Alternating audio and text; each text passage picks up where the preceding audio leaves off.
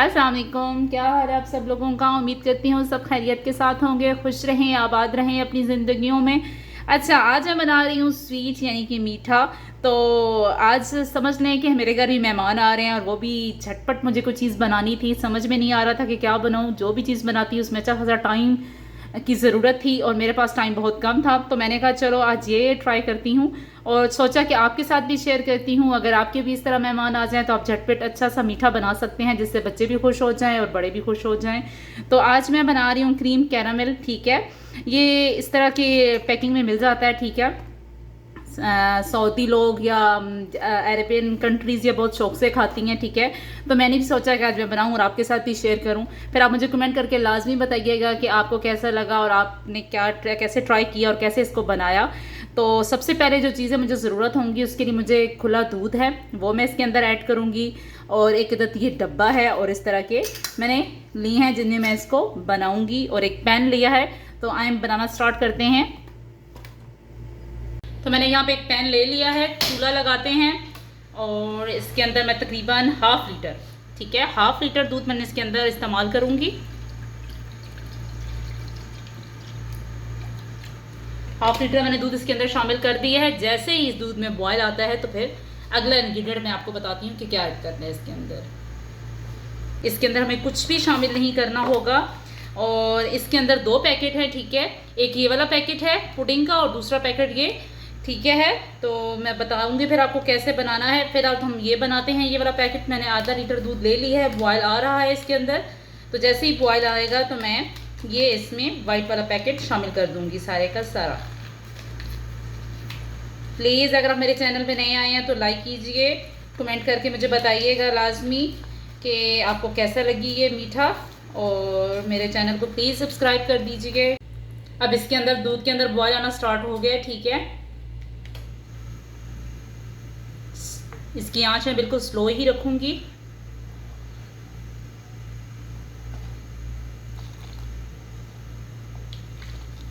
अब ये जो पैकेट था मैंने खोल दिया। ठीक है, सारे का सारा इसके अंदर डाल दूंगी और बस हमने स्लोली स्लोली इसके अंदर चमचा हिलाते रहना है ताकि ये मिक्स होता जाए।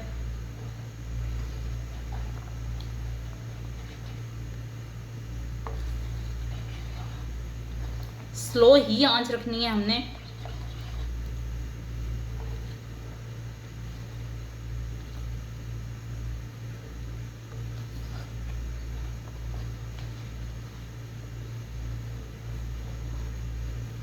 इसको अच्छी तरह बस मिक्स करते रहना है मैंने।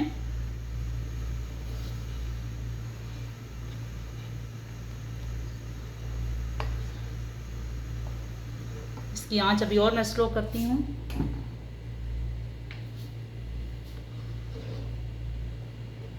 बस मैं अच्छी तरह इसको पकाऊंगी।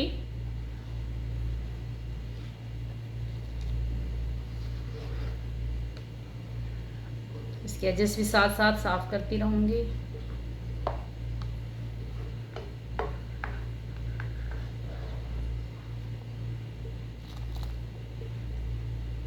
सारा इसके अंदर मुकम्मल तौर पर हल हो चुका है।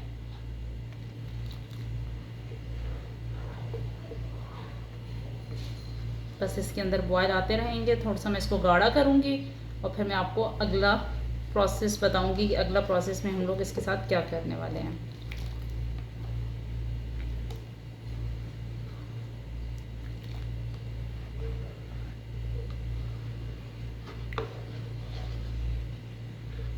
यूनिक है ज़रा, आप लोग भी आई थिंक इसको बहुत पसंद करेंगे।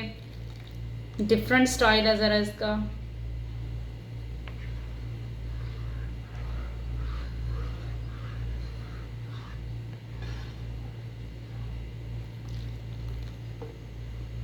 बस तकरीबन ये कुक हो चुका है। अब मैं इसको ठंडा होने के लिए थोड़ी देर के लिए रख देती हूँ। तो मैंने जो कैरमल बनाया था वो ठंडा हो चुका है तकरीबन।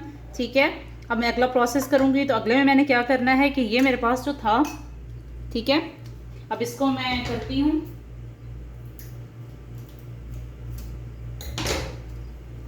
थोड़ा इसके अंदर पुट करती हूँ, बाकी इसके अंदर डालती हूँ।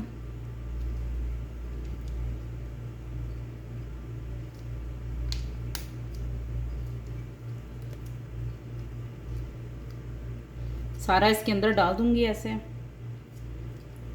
ये थोड़ा सा मैं रखती हूँ, देखती हूँ अगर उस पर ना हुआ तो उस पर और डालूंगी। इसके सारे कोनों पे ऐसे लगा लूंगी मैं, ठीक है। थोड़ी सी और ज़रूरत पड़ गई है।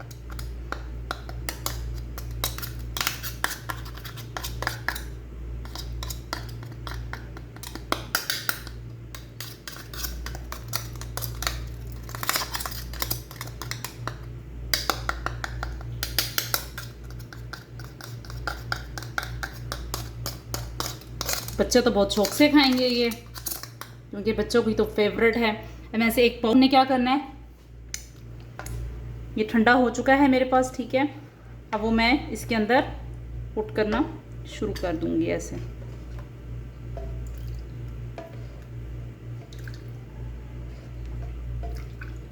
और ये ठंडा होने के लिए मैं अब फ्रीज़र में रख दूंगी तकरीबन 2 से 3 घंटे के लिए।